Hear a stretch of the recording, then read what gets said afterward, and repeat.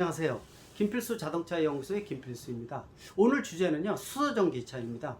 최근에 수소전기차에 대한 부각이 상당히 많이 되고 있죠. 미래 궁극의차 하게 되면 수소전기차를 얘기를 많이 하고 있습니다. 더불어 전기차는 최근에 들어와서 더 활성화가 되고 있죠.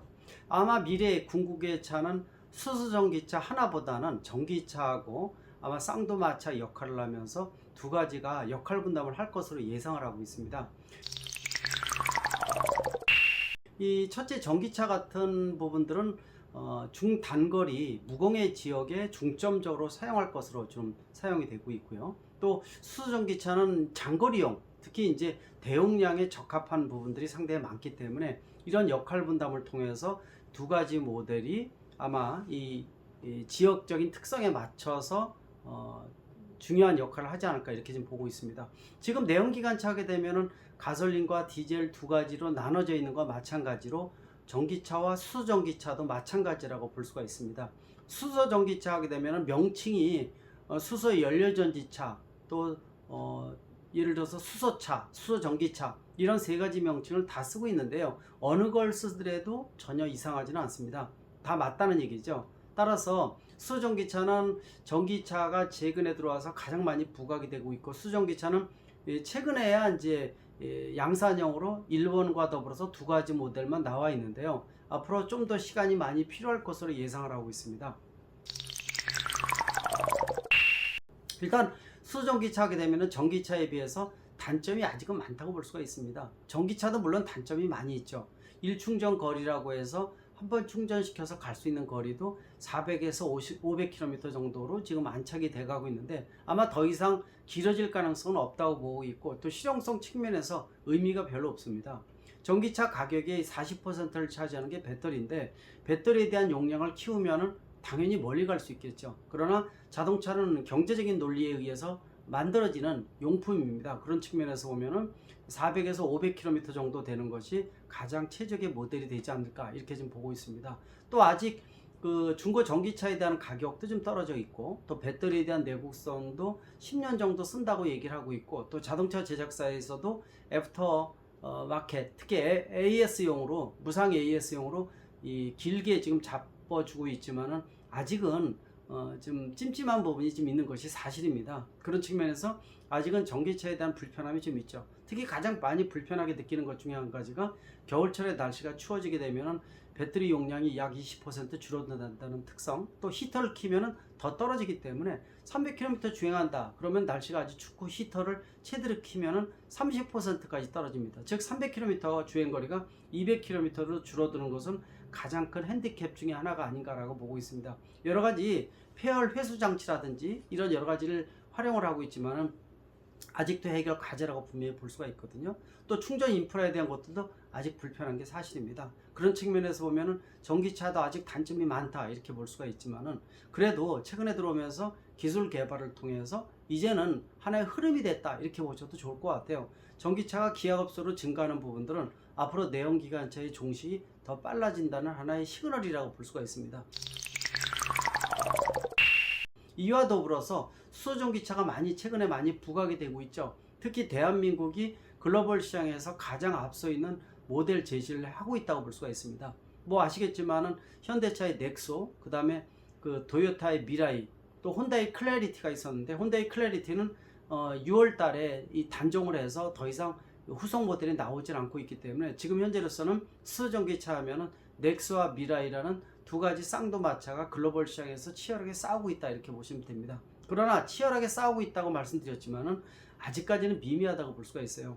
미국과 유럽이 수소전기차를 못하는 게 아니라 안 한다라는 얘기를 제가 굉장히 많이 강조를 하고 있습니다. 안 한다는 얘기는요, 아직은 비즈니스 모델이 되기에는 시간이 많이 필요하다라는 하나의 반증이기도 합니다. 기술 개발만 해놓고요, 준비를 해놨다가 시장 형성에 대해서 비즈니스 모델이 되면은 시장에 진입을 하겠다라는 뜻을 가지고 있습니다. 그런 측면에서 도요타하고 현대차가 양산 모델로 두 가지 대두되고 있지만은 아직까지는 비즈니스 모델은 멀었다. 밑빠진 독으로 비용을 쏟아 부어야 된다는 측면이 있기 때문에 수소전기차가 궁극의 차인 것은 맞지만은 이 템포 조절을 통해서 거품을 없애는 작업이 가장 중요하다고 강조할 수가 있습니다. 그런 측면에서 국내에서 정부에서 또 주도적으로 하는 부분들은 의미는 분명히 있습니다. 원천 기술 확보라든지 주도권 확보라는 측면은 의미는 있지만은 너무 오버해서 앞서가게 되면 촛불이 되지 말라는 얘기를 합니다. 제가 말하는 촛불은 자기 몸을 태워서 거름되지 말라는 거죠. 비즈니스 모델이 안 되면 철저하게 외면당할 수밖에 없습니다. 그런 사례가 굉장히 많다는 것을 여러분들이 지금 알아두시면 더 좋을 것 같습니다. 그러면 수소전기차에 대한 미래에 대한 것들은 굉장히 긍정적으로는 보고 있습니다. 그러나 수소의 생산, 이동, 저장, 해결 방법이 아직은 지금 유연하다고 볼 수가 있죠. 물론 국내에서 수소 기업 협의체를 구성을 해서 15개 기업이 체계적으로 역할 분담을 통해서 수소 경제를 앞당기겠다라는 것은 상당히 중요한 의미를 갖고 있습니다.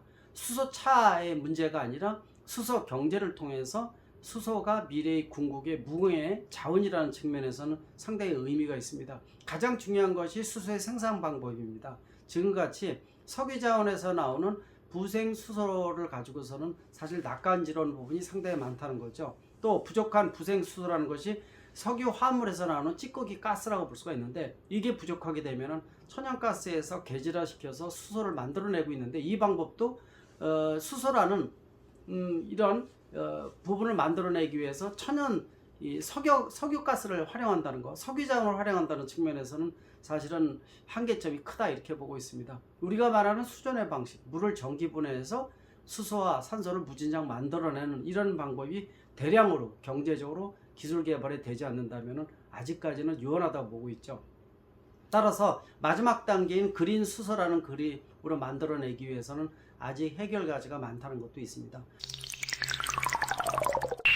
실제로요, 그렇다면 수소전기차가 최근에 들어와서 말씀드린 대로 양산형으로 지금 승용차 두 가지가 도요타와 현대가 치열하게 싸우고 있지만은요, 이 모델은 사실은 우리 기술이 이렇습니다 라고 시장에 알려주는 이런 시그널뿐이 되지 못한다는 것입니다. 따라서 승용차가 당연히 보급 대수가 앞으로 더 늘어나겠지만은 해결 과제가 많은 상태에서 지금 시점에서는 문제가 상당히 많다는 거, 또 수소 충전소 같은 경우에도 30억 이상씩 비용이 들어갈 정도로 고가고 또 님비 현상으로 인해서 수소 충전소를 설치하기도 쉽지가 않습니다.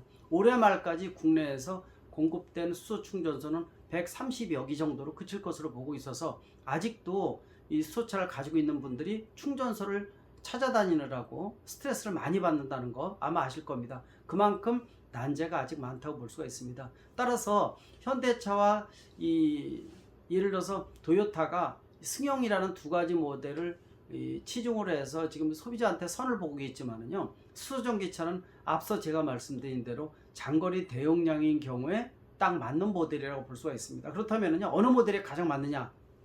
수소전기차는 일반 승용차보다도요, 대형 트레일러라든지 장거리용 버스나 이런 용도가 더 적절하다고 볼 수가 있습니다. 공간도 굉장히 넓고요, 수소 연료전지 트랙이라든지 안에 집어넣는 수소 탱크의 용량도 그렇고 충분히 키울 수 있는 부분들도 있기 때문에 대형 트레일러 같이 1000km 주행하는 트레일러 같은 경우에는 상당히 큰 장점이 있습니다.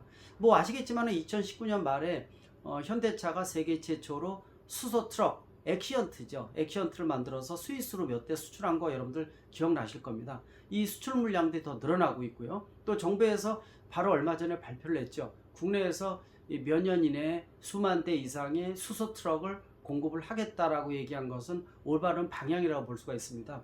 일반 세단 같은 승용보다도 트럭에 아주 적절한 최적 모델이라고 말씀드릴 수가 있어요. 따라서 수소전기차는 수소 연료전지 시스템을 활용을 해서 장거리 트럭, 트레일러, 또 예를 들어서 선박이라든지 트램이나 기차 같은 데의 최적의 모델이라고 볼 수가 있고요.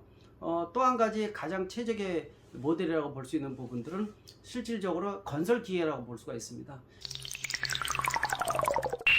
건설기계, 우리가 중장비 같은 경우 한번 생각을 해보세요. 최근에 디젤 퇴출 운동이 굉장히 커지고 있습니다. 디젤 차량도 단종에 대한 것들이 빨라지고 있고, 최근에 요소수 문제로 인해서 더더욱 부정적인 시각이 커지면서 디젤 차의 퇴출이 더 빨라질 것으로 예상을 하고 있습니다. 근데 건설기계, 중장비 쪽은 얘기를 전혀 안 하고 있죠. 왜 그러냐면은 인류가 만든 기술 중에서요, 저속 고토크로 느리지만은 힘을 최대한 낼 수 있는 이 기술이 바로 디젤 엔진이기 때문에 그렇습니다. 여기에 적용한 건설 기계를 대신할 수 있는 기술이 전혀 없기 때문에 건설기계, 중장비의 배출가스에 대한 얘기는 아무리 오래돼도 얘기를 안 하는 이유가 바로 거기에 있습니다.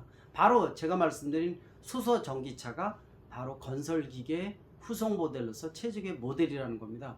이 모델을 적용했을 경우에는 지금같이 오염원의 이 대명사였던 디젤 엔진을 퇴출할 수 있는 가장 중요한 기반이 된다는 측면에서 의미 있는 부분이라고 분명히 보고 있어서 머지않아서 건설기계 쪽도 아마 양산 모델이 나오지 않을까 이렇게 보고 있습니다.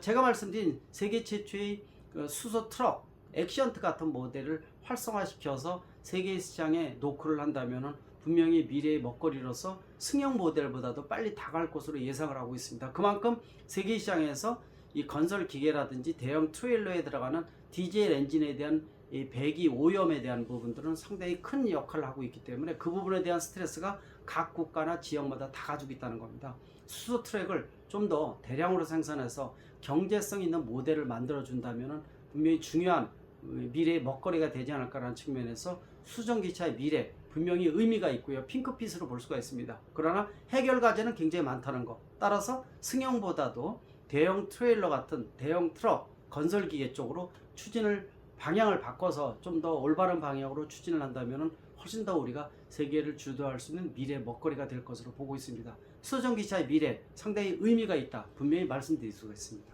고맙습니다.